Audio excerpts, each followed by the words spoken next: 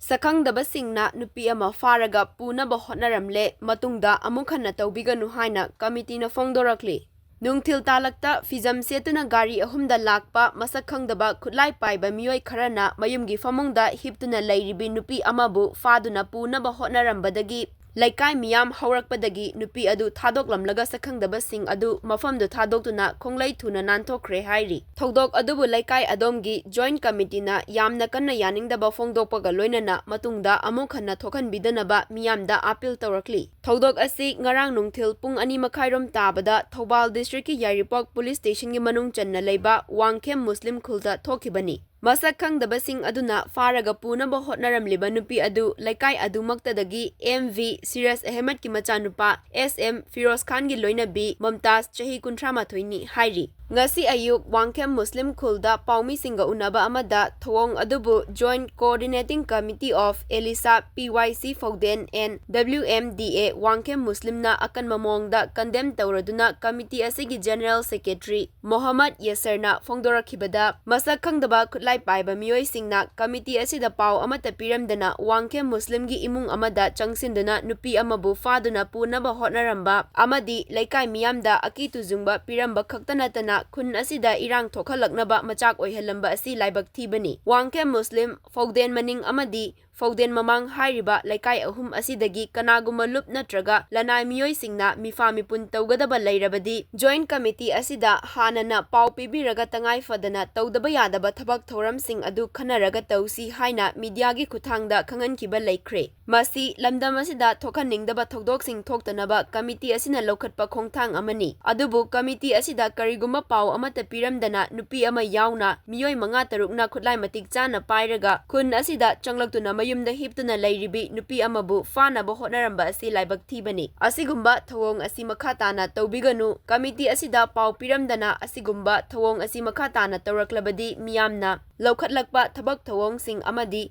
afafatagi daita niyam kaina changsilakliba miyoi sing aduna pujagadabani haiki. Mahakna makhatana haikibada Manipurgi luraba tanfam asida masak khangdabasingna khutlai pairaga mibu warakpagi mingda mifami pun tauba mibu akitu jungba pibagi thawong asi toubiganu hainasu Yasserna appeal tawrakhi. Khutlai paibasingdagi nanthokhaurabi Mumtazna phongdorakpada ngarang nungthil asi mahak masa nungaite haiduna famungda hiplaga leiringaida nupi amana mi leibra haina hairamlaga mahakna hifam aduda leptuna leiramki. Khutlai pairaga lakpa sakhangdaba miyoi sing aduna Fogden faubata chachi hairaki kari maramgino kanano haibasu paukum amata piramkhide. Masak maming takthokdaba karigi maramgino haibasu haidana miyoi sing aduna ahalna tharakpani sida wari sabagi mathau tade haina garida chingkhatnaba hotnarakpani. Matam aduda laikai gi miyoi sing haurakpadagi makhoi adu chenkhibani. Miyoi sing aduna mobile phone amasu pubikhre hairi. Asigumba thodok asi makhatana thokhanbiganu Manipur lengaki mari lainabasingnasu midyeng changbiyu hainasu Mumtazna phongdorakhi. Panmayai hiramasigi matangda Yairipok police station dasu report ama pisinkhre hairi. Ngarang si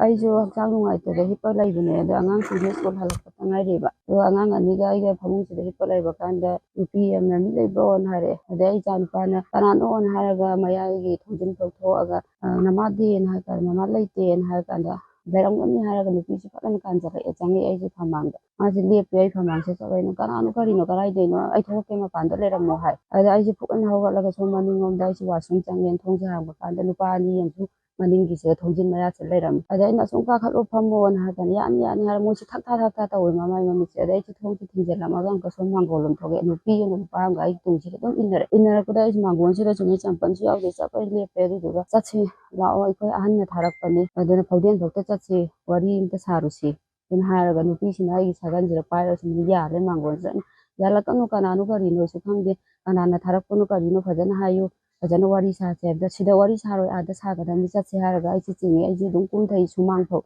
kumthaga nupi si yale yan ganu ai chatte ngai khon haraga ina sumang se thadok pakanda chache na sum ching basira ina kari maram ginu chato chi maram su sungai hai daga gaman chato mu kanana tharak punu karino maram dudi hayo haida hairoi hai nupa ma